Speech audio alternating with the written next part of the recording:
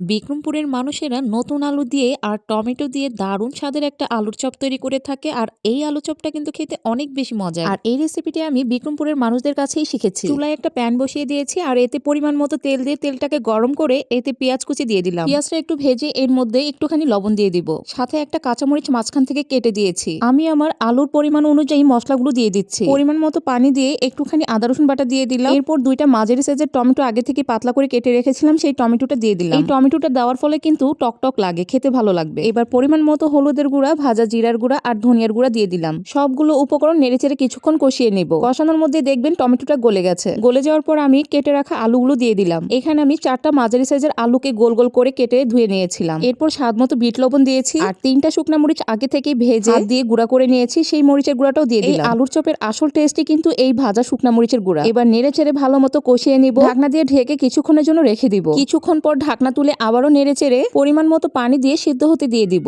আলুর দমের টেস্ট বৃদ্ধির জন্য কিন্তু আমি এখানে বিট লবণটা ব্যবহার করেছি, যেটা বিক্রমপুরের মানুষ অনেক সময় ব্যবহার করে না। আমার লবণ দিয়ে এই রান্নাটা করে ফেলে। আলুটা কিন্তু সিদ্ধ হয়ে গেছে আর পানিটাও শুকিয়ে এসেছে। এই অবস্থায় বেশ কতগুলো দেশি ধনিয়া পাতা কুচি দিয়ে নেড়েচেড়ে নামিয়ে পরিবেশন করে নিব। এটা খেতে যে কি যে মজার, আপনারা না খেলে বুঝতেই পারবেন না। যে একবার খাবে এই আলুর চপের প্রেমে পড়ে যাবে।